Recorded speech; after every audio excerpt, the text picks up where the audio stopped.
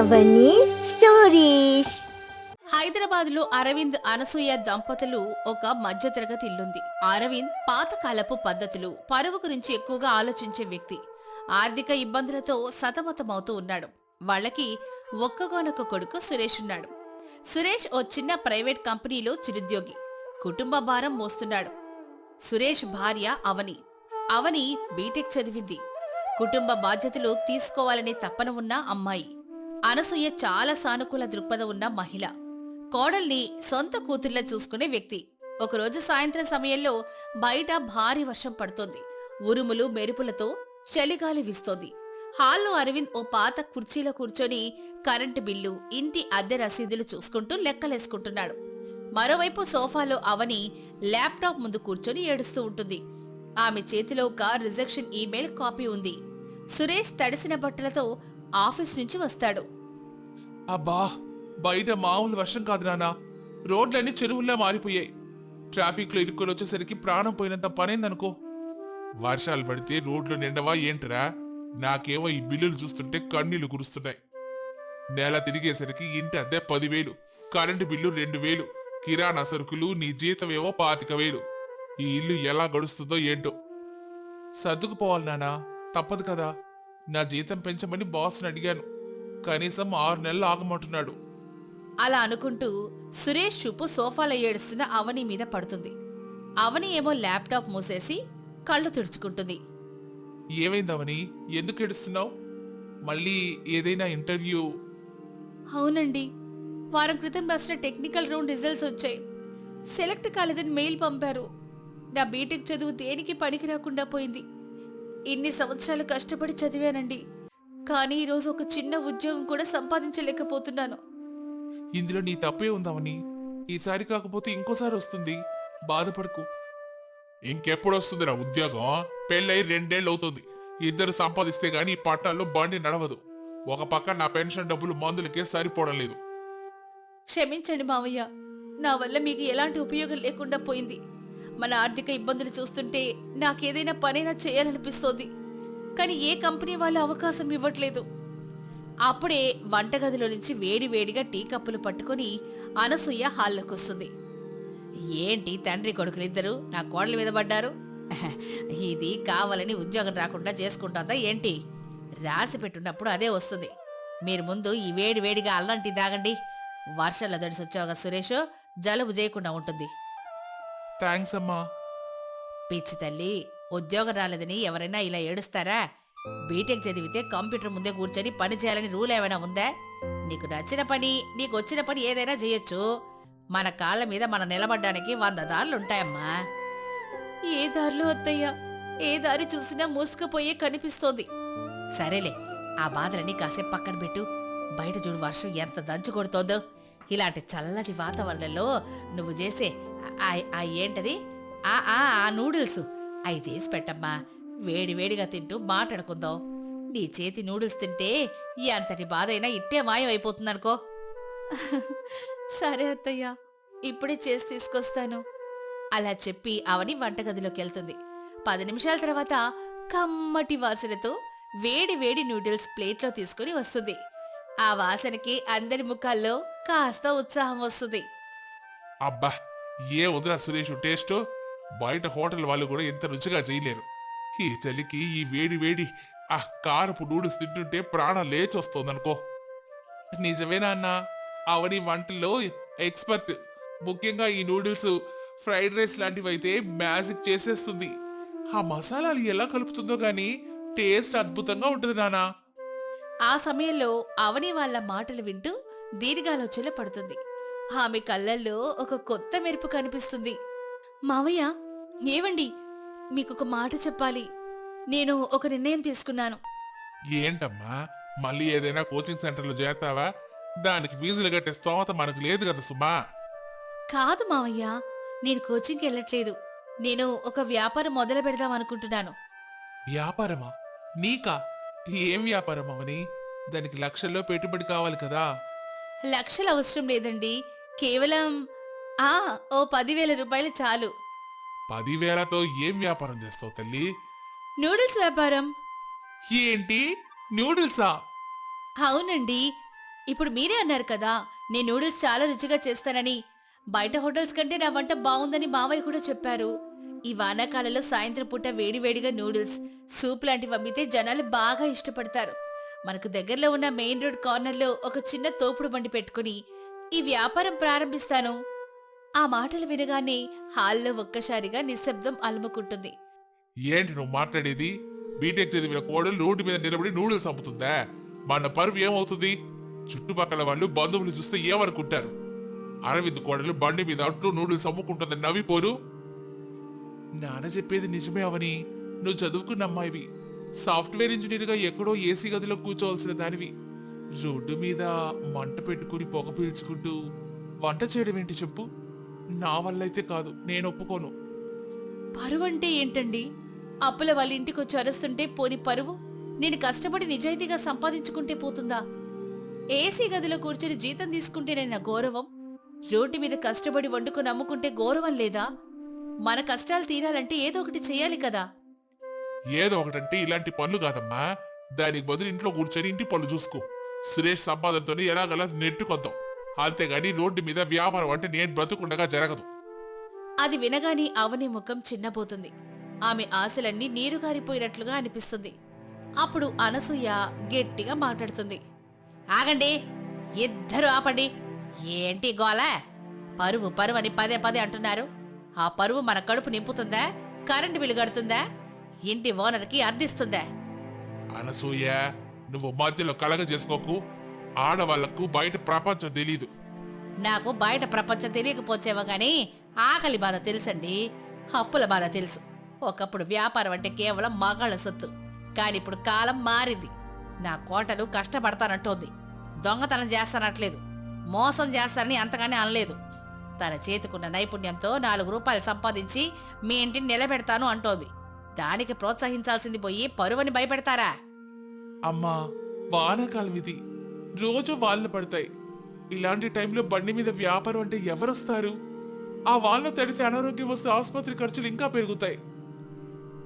అరే పిచ్చోడా, వానాకాలంలోనే రా ఇలాంటి వేడి వేడి ఆహారానికి గిరాకీ ఎక్కువ ఉంటుంది. చలిలో వణికిపోయేవాడికే కదా వేడివేడిగా సూప్ విలువ తెలిసేది. అయినా నా కోడలు ఒంటరిగా ఎందుకు వెళ్తుంది? దాని తోడుగా నేనెళ్తాను. అత్తయ్య, మీరు? అవునమ్మా, నేనొస్తాను నీకు సాయంగా. కూరగాయలు కట్ చేయడం, గిన్నెలు కడగడం, కస్టమర్లకు ప్లేట్లు ఇవ్వడం ఇవన్నీ నేను చూసుకుంటాను. నువ్వు దర్జాగా నీకు నచ్చినట్లు వంట చెయ్యి. ఎవరొచ్చేయమంటారో నేను చూసుకుంటాను. మీ ఇద్దరికి బుర్ర పని చేయట్లేదే.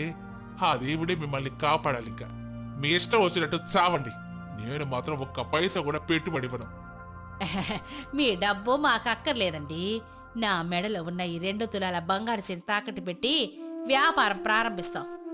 అత్తయ్య, మీ నా అత్త కాదు, నా కన్న తల్లి. మీరిచ్చిన ఈ ధైర్యం చాలు. నేను దీన్ని పెద్ద వ్యాపారంగా మార్చి చూపిస్తాను. అలా ఉండగా మరుసటి రోజు ఉదయం అనసూయ, అవని ఇద్దరు కలిసి బజార్కెళ్తారు. అవసరమైన పాత్రలు, గ్యాస్ స్టవ్, కూరగాయలు, నూడిల్స్ ప్యాకెట్లు, సాసులు అన్నీ కొనుగోలు చేస్తారు. ఒక చిన్న తోపుడు బండిని అద్దెకు తీసుకుంటారు. ఆ బండికి Avani hotel spicy noodles home made అని ఒక చిన్న ఫ్లెక్సీ కట్టిస్తారు. సాయంత్రం 5 గంటలవుతుంది. మళ్ళీ ఆకాశం మేఘావృతమై సన్నగా చినుకులు మొదలవుతాయి. అవని, అమ్మా, చూసారా వాన మొదలైంది? ఈ రోజు వదిలేయండి. కనీసం రేపైనా మొదలు పెట్టొచ్చు కదా. ఓపెనింగ్ రోజు ఈ వర్షం ఏంటి దరిద్రంగా? అపసకన మాటలు మాట్లాడకరా సురేష్. వర్షం అంటే వరుణదేవుడి ఆశీర్వాదం. అన్నపూర్ణేశ్వరి దయతో మన వ్యాపారం ఈ వానలాగి కురుస్తుంది చూడు. నువ్వెళ్ళి ఆఫీస్ పని చూసుకో. అలా అనగానే సురేష్ విసుక్కుంటూ వెళ్ళిపోతాడు. అవని స్టవ్ వెలిగించి నూనె వేసి సన్నగా తిరిగిన క్యాబేజీ, క్యారెట్, ఉల్లిపాయలు వేస్తూ ఉంటుంది. వాన కొద్దిగా పెరుగుతుంది. ఇద్దరు కలిసి బండి పైన ఒక పెద్ద టార్పాలిన్ కవర్ కడతారు. గంట గడుస్తుంది, 2 గంటలు గడుస్తుంది. వర్షం కారణంగా రోడ్డు మీద జనాలు పెద్దగా లేరు. వచ్చిన ఒకరిద్దరు కూడా వర్షం నుంచి తప్పించుకోవడానికి పరిగెత్తుకుంటూ వెళ్తున్నారే తప్ప బండి వైపే చూడట్లేదు. అత్తయ్య, ఎవ్వరూ రావట్లేదు. బహుశా మావయ్య ఆయన చెప్పిందే నిజమేమో. వర్షంలో ఎవరు నిలబడి తింటారు? నా నిర్ణయం తప్పంటారా? తల్లి, వ్యాపారంలో ఓర్పు కావాలమ్మా. నాటిన విత్తనం మరుసటి రోజే చెట్టు అయిపోదు కదా. ఈ వానకే భయపడిపోతే రేపు జీవితంలో వచ్చే తుఫాలను ఎలా ఎదుర్కొంటావు? వంట చేస్తూ ఉండు, ఆ వాసనకే వాళ్ళొస్తారు. అప్పుడు అనసూయ మాటలతో అవని మళ్ళీ స్టవ్ వెలిగించి ఒక ప్యాన్లో కాస్త వెన్న వేసి వెల్లుల్లి పచ్చిమిర్చి వేసి వేయిస్తుంది. ఆ తర్వాత అందులో చికెన్ ముక్కలు, నూడిల్స్, తను సొంతంగా తయారు చేసిన స్పెషల్ మసాలా వేసి టాస్ చేస్తుంది. ఆ మసాలా గుమగుమలు వర్షపు గాలిలో కలిసి అవి ఇదంతా వ్యాపిస్తాయి. సరిగ్గా అప్పుడే ఒక సాఫ్ట్వేర్ ఉద్యోగి వర్షంలో బాగా తడిసిపోయి చలికి వణుకుతూ తన బైక్ను బండి దగ్గర ఆపుతాడు. ఆంటీ, ఏదైనా వేడివేడిగా ఉందా? చాలా చలిగా ఉంది. రండి బాబు, గొడుగు కింద నిలబడండి.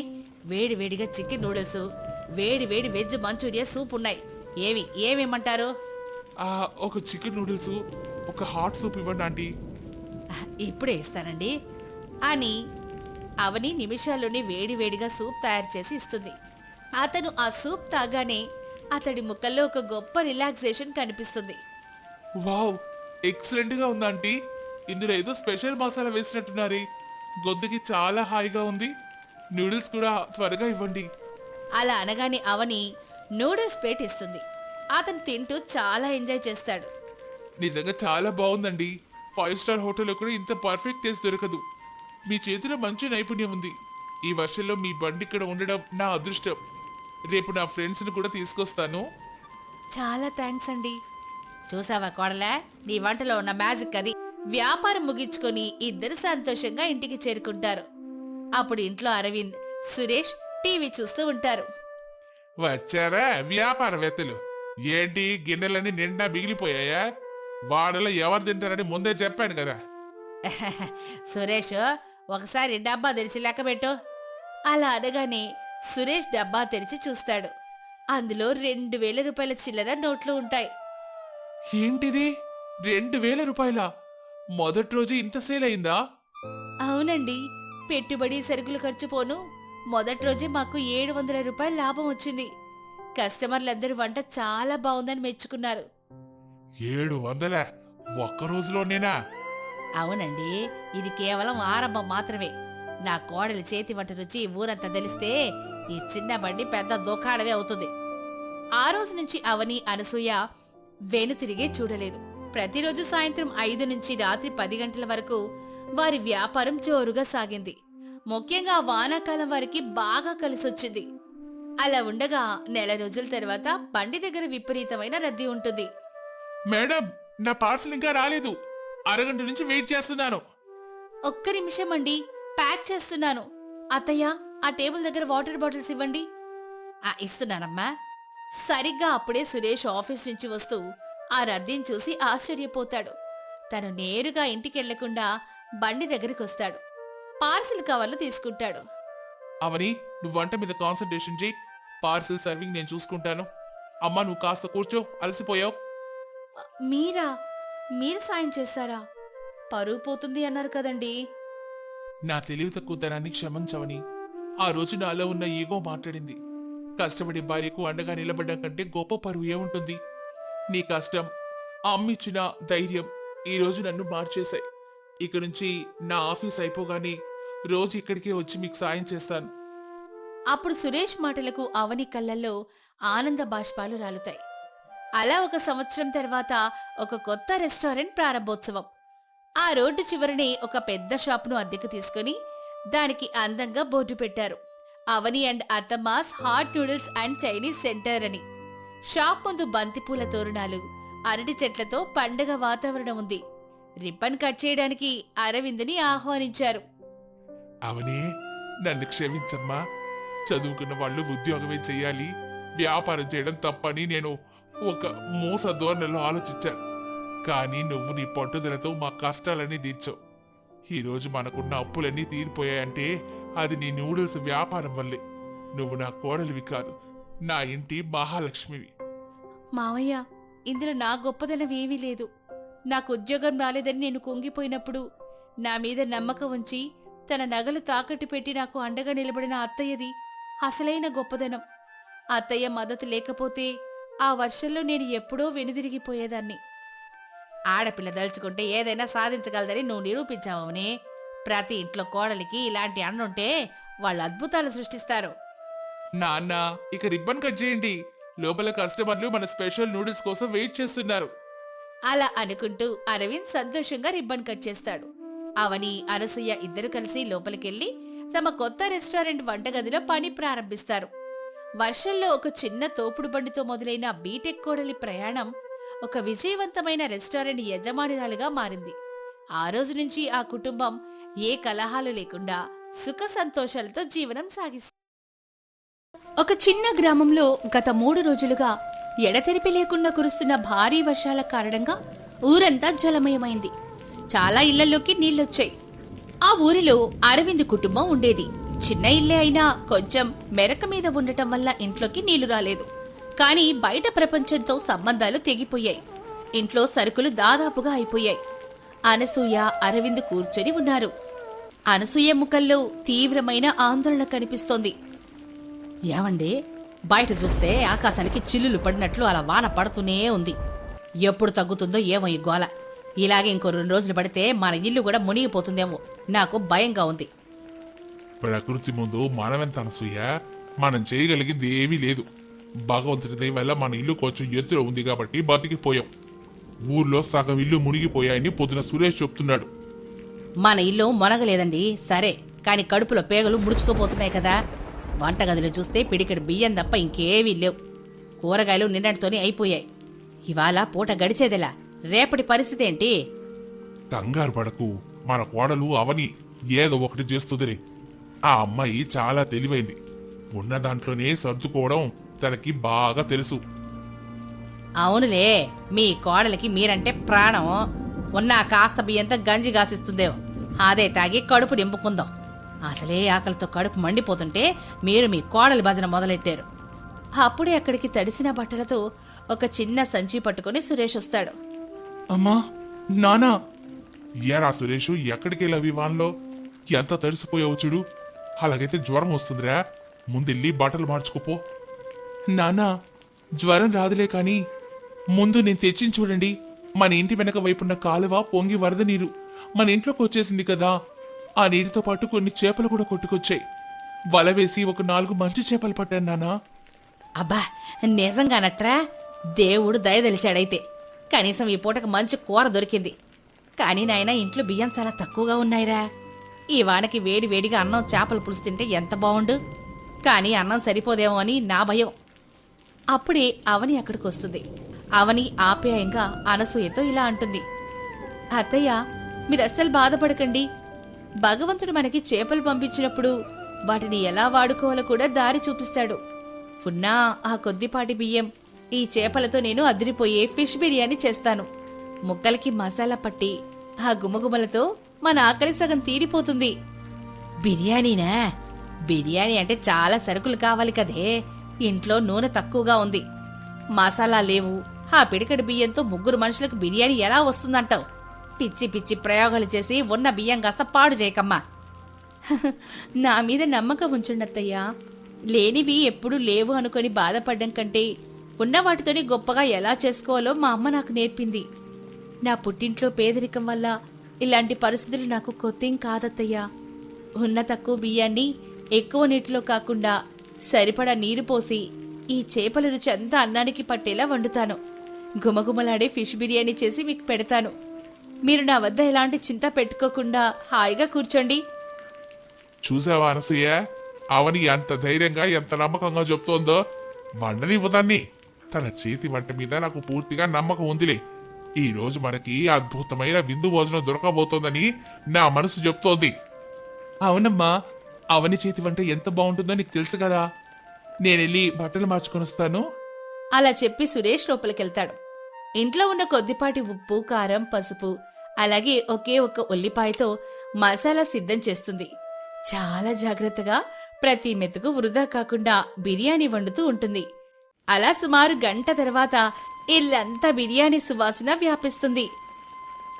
యావండి, వాసనైతే ప్రాణం లేచొచ్చేలా ఉంది. ఆకలి ఇంకా పెరిగిపోతోంది. కోడలు నిజంగానే ఏదో మాయ చేసినట్టుందే. చెప్పాను కదటే, అవని చేతిలో అమృతం ఉంది. అలా అనుకుంటూ ఉండగానే అవని వంటగదులోంచి బయటకొస్తుంది. ఆమె ముఖం చెమటతో ఉన్న కళ్లల్లో తృప్తి కనిపిస్తోంది. అత్తయ్య, మామయ్య, బిర్యానీ రెడీ అయిపోయింది. వేడి వేడిగా వడ్డించేస్తాను, అందరం కలిసి తిందాం రండి. అమ్మయ్యా, ఇప్పుడే నా ప్రాణం లేచొచ్చింది. రామ్మా, కూర్చో. అలా అనుకుంటూ నలుగురు భోజనం చేయడానికి కూర్చుంటారు. అవని కంచాలు తెచ్చి వడ్డిస్తుంది. ఇంతలో బయట గేటు దగ్గర ఎవరో పిలుస్తున్న శబ్దం వినిపిస్తుంది. ఈ వానలో ఎవరబ్బా వచ్చింది? సురేషో, ఎల్లి చూడు. అలా అనగానే సురేష్ వెళ్లి తలుపు తీస్తాడు. తలుపు ముందు పొరుగున ఉండే రామయ్య, ఆయన భార్య సీతమ్మ వణుకుతూ నిలబడుంటారు.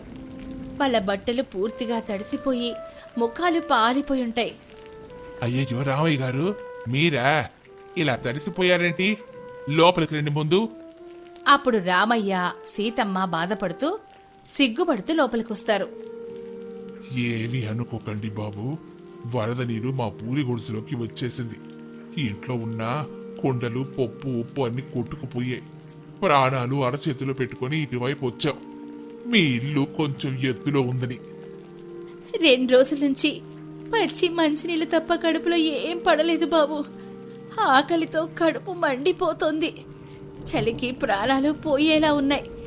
మీ ఇంట్లో ఏవైనా మిగిలిపోయిన అన్నం ఉంటే పెడతారా తల్లి? పుణ్యం ఉంటుంది. అది వినగానే అనసూయ ముఖం మారిపోతుంది.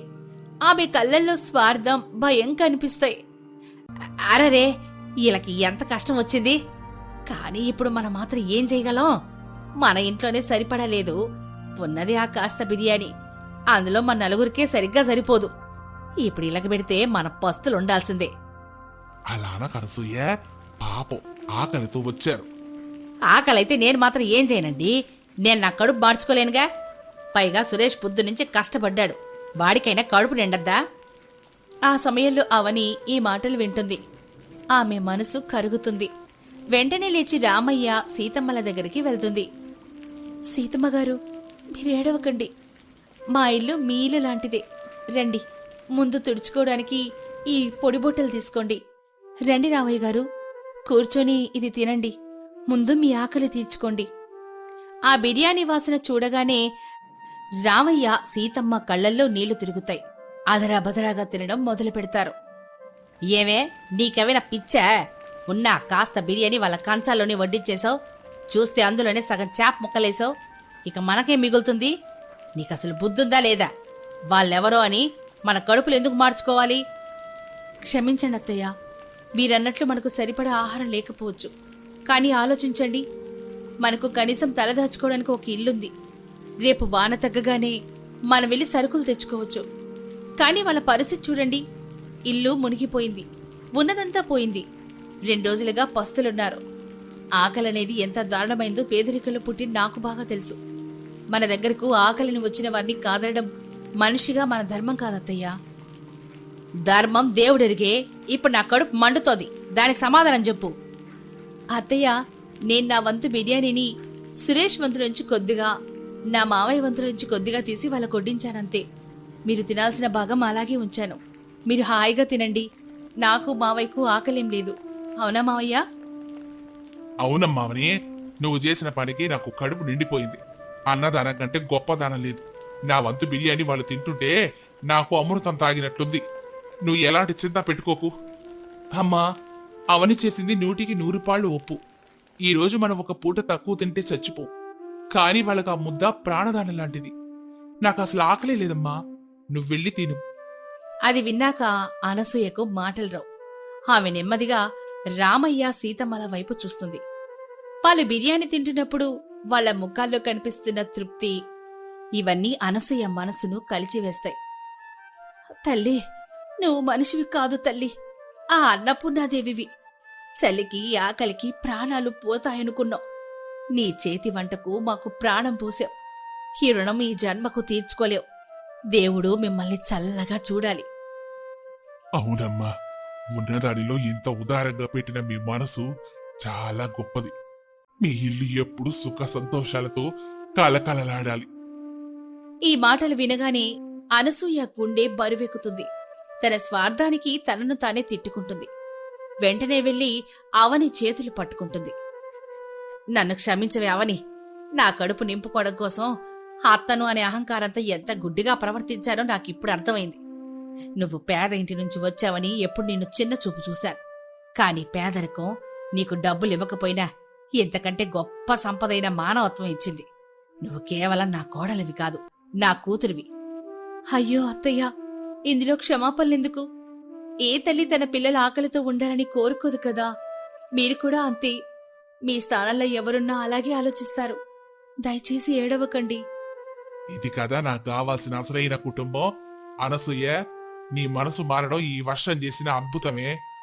అవునండి, అవనే. వంటగదిలో ఇంకా మిగిలిన బిర్యానీ తీసుకురా, అందరం కలిసి తిందాం. ఎంతుంటే అంత అందరం పంచుకొని తిందాంలే. అందులో ఉన్న రుచి తృప్తి వేరే ఎందులోనూ దొరకవు. అలా అనగానే అవని సంతోషంగా తల ఊపి లోపలికెళ్లి మిగిలిన బిర్యానీని పాత్రతో సహా తీసుకొస్తుంది. అనసూయ స్వయంగా తన చేతులతో కోడలకి, కొడుకుకి, భర్తకి తలా కొంచెం బిర్యానీ వడ్డిస్తుంది. అలా అనుకుంటూ అందరూ కలిసి ఆ కొద్దిపాటి బిర్యానీని ఎంతో ఆనందంగా తింటారు. అది కేవలం చేపల బిర్యానీ కాదు, ప్రేమతో, మానవత్వంతో వండిన అమృతంలా అందరికీ అనిపిస్తుంది. అబ్బా అవని, నిజం చెప్తున్నాను, నా జీవితంలో ఇంత రుచికరమైన బిర్యానీ నేనెప్పుడూ తినలేదు. నిజమేరా సురేష్, ఈ రుచి దానికి వేసిన మసాలాల వల్ల రాలేదురా, మన కోడలి మంచి మనసు వల్లొచ్చింది.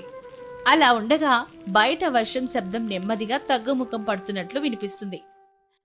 బాబు, వాన కొంచెం తగ్గినట్లుంది. మేము నెమ్మదిగా వెళ్తాం. రేపొద్దున ఊళ్ళో వాళ్ళందరూ కలిసి ఇల్లు ఎలాగో మళ్ళీ వేసుకుంటాం. మీ మేలు మరిచిపోం. అలాగే రామయ్య గారు, మీకు ఏ సహాయం కావాలన్నా రేపొద్దున సురేష్ వస్తాడులేండి, అడగండి. జాగ్రత్తగా వెళ్ళండి. ఆ ఇంట్లో అప్పటి వరకు ఉన్న చీకటి పోయి వాళ్ళ మనసుల్లో ఒక కొత్త వెలుగు ప్రకాశిస్తుంది. ఆ తర్వాత నుంచి ఆ కుటుంబంలో ఎలాంటి గొడవలు లేకుండా అనసూయ తన కోడల్ని సొంత కూతుర్లా చూసుకుంటూ అందరు సుఖ సంతోషాలతో జీవనం సాగించారు. మానవత్వం అనేది ఆస్తిపాస్తుల్ని బట్టి కాకుండా మనం చూపే కరుణను బట్టి ఉంటుందని ఈ కథ మనకి తెలియచేస్తుంది.